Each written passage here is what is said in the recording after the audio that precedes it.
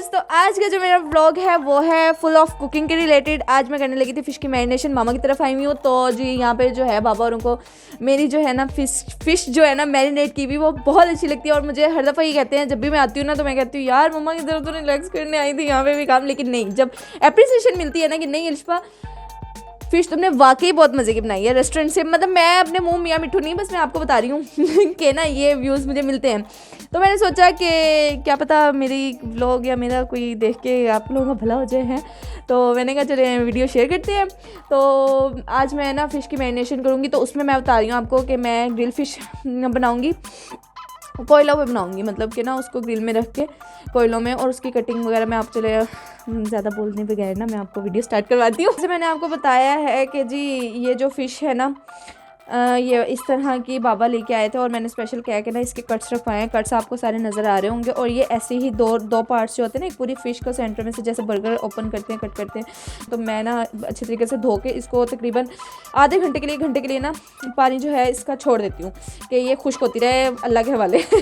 अच्छा जी, ये फ़िश हो गई। फ़िश का मैंने आपको कटिंग और कट्स वगैरह दिखा दिए। अब मैं आपको दिखाती हूँ क्या दिखाऊंगी, इसके इंग्रेडिएंट्स। अच्छा जी, तो ये है हमारे इंग्रेडिएंट्स। अच्छा एक एक करके मैं बताती हूँ आपको।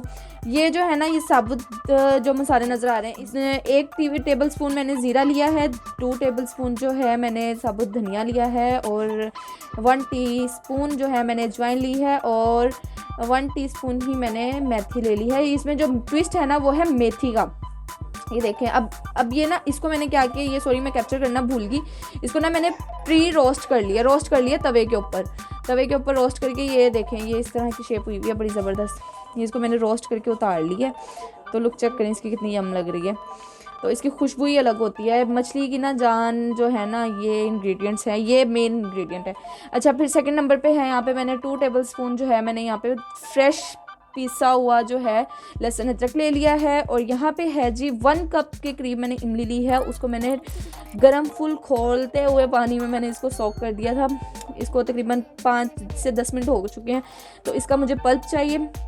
और यहाँ पे मैंने कोई 5 लीमू ले लिए हैं, बड़े साइज़ के, नॉर्मल साइज़ के 5 लीमू का रस चाहिए। और यहाँ पे जो है जी हमारे जो पिसे हुए मसाले हैं वो उसमें है जी नमक है, काली मिर्च है ना होने के बराबर, मतलब 1/2 टीस्पून काली मिर्च है, 1 टेबल स्पून जो है हमारे पास पिसा हुआ धनिया है, 1 टेबल स्पून ही हमारे पास लाल मिर्च है पिसी हुई, और ये है हमारे पास गरम मसाला, और ये हाफ टेबल स्पून ना जो है 1 पिंच आप कह सकते हैं, एक चुटकी। और ये हल्दी है, और ये फूड कलर है, और जो ये है वो है ब्लैक पेपर नहीं है, ये है काला नमक है ये। अच्छा जी, ये मैंने आपको इंग्रेडिएंट्स दिखा दिए हैं सारे। चलें अब इसको ना मैं बताती हूँ आगे क्या करना है, मतलब ये आप नोट कर लें, ये इंग्रेडिएंट्स हैं इसके फुल ऑफ। अच्छा जो अब मैंने क्या करना है, जो ये है ना साबुत मसाले, इनको मैंने मोटा जो है ना इसको ग्राइंडर में मैंने ग्राइंड कर लेना। चलिए जी अब ग्राइंड करते हैं।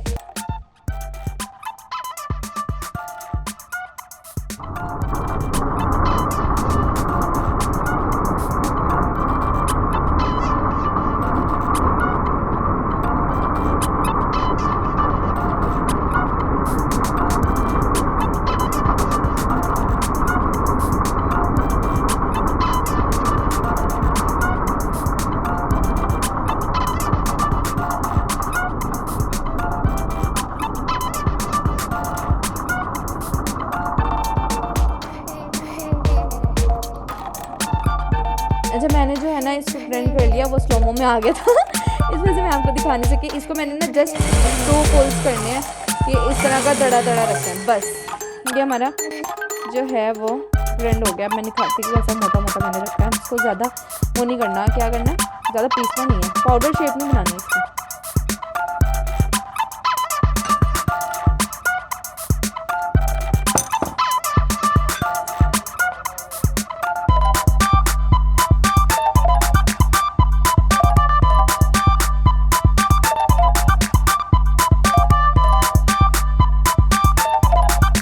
अच्छा अब जो था ना, मैंने इमली का जो पल्प निकाल लिया था, ये देखिए अभी मैंने पल्प जो है इसमें ऐड कर देना पूरा, ठीक है।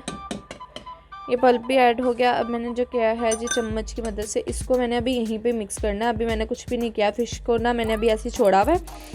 तो इसको मैंने अच्छे तरीके से मिक्स करने के बाद ना इसको मैंने छोड़ देना है 3-4 मिनट 5 मिनट के लिए मैंने इसको छोड़ देना, ताकि जो है ना इंग्रेडिएंट्स को यकजान हो जाए। ठीक है,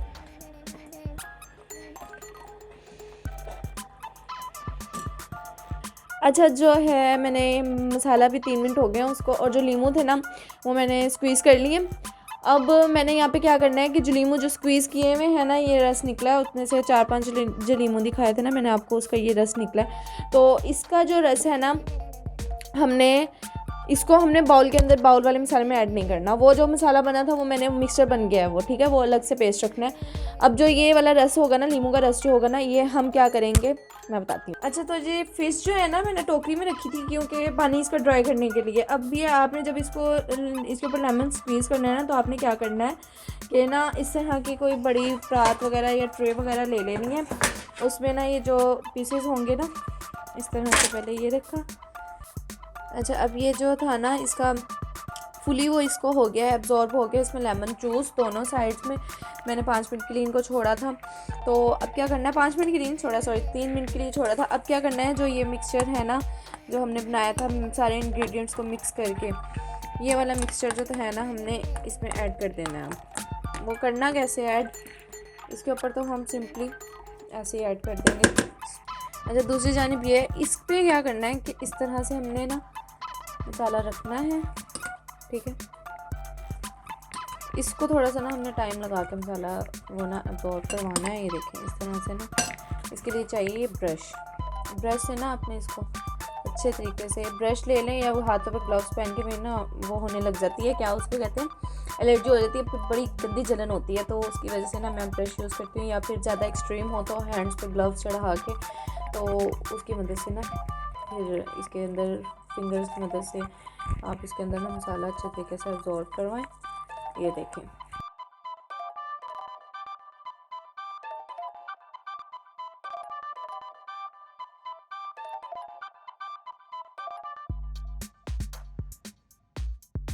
अच्छा ये साइड्स चेंज करके फिर इस पर भी सेम यही करना कि इस तरह से।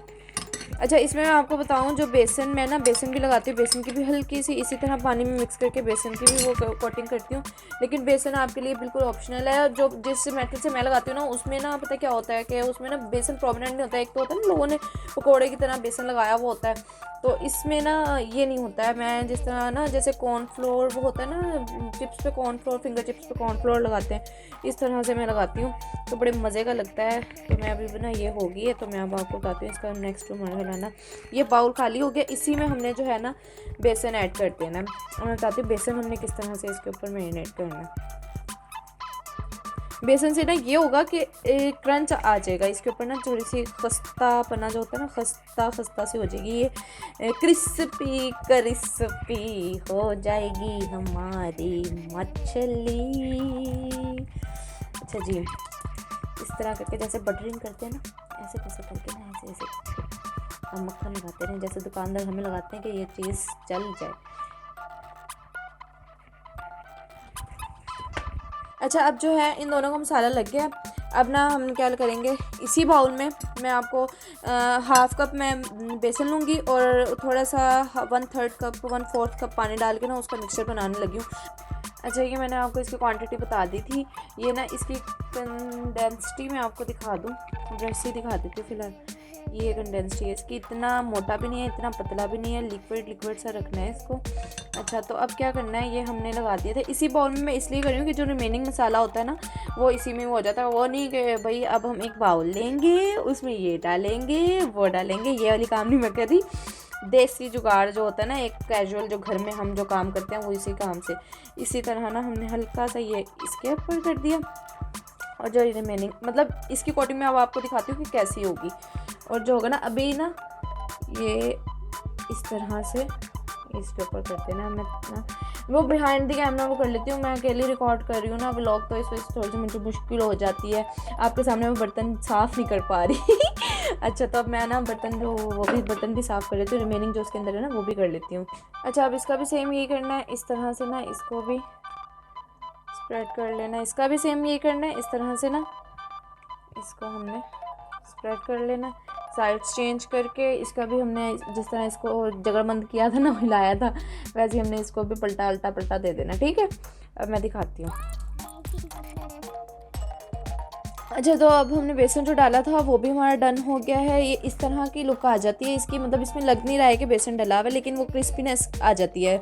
इतना मतलब इतनी अमाउंट डालना है हमने बेसन का। अच्छा, हमारी मैरिनेशन जो है वो डन हो गई है। अब ये मैंने फ़िश को जब भी आप मैरिनेट करें ना तो कोशिश करें कि उसको ओवरनाइट तो ज़रूर मिले ना, ओवरनाइट का टाइम तो ज़रूर मिले, वरना ये जो मैरिनेशन है ना, लेमन इसमें क्वांटिटी ज़्यादा कर दे तो आप इसको हाफ एन आवर या 1 आवर के बाद भी आप इसको यूज़ कर सकते हैं। तो अब मैंने ये जो किया है ना, मैरिनेशन की है, तो मैरिनेशन आई होप सो कि आपको अच्छी लगेगी। जो इसकी फ्राइंग है ना, जो इसकी ग्रिलिंग है, वो मैं नेक्स्ट व्लॉग में करूँगी, और उसको देखने के लिए हमारे साथ जुड़े रहें। अगर अच्छा लगे तो मुझे बताइएगा, और मेरी गलती हो तो वो भी बता दीजिएगा, कमेंट में बता दीजिए। नेवर माइंड तो चलें जी, ठीक है। बाकी जी मिलेंगे फ्राइंग वाले पार्ट में, ग्रिलिंग वाले पार्ट में कल मिलेंगे। कल वाले व्लॉग का मैं आपको स्वागत दूंगी कल ही तो अपना बहुत सारा ख्याल रखिएगा। अगर अच्छी लगी हो तो लाइक भी कीजिएगा, सब्सक्राइब भी कर दीजिएगा और शेयर भी कर दीजिएगा। अल्लाह हाफिज़।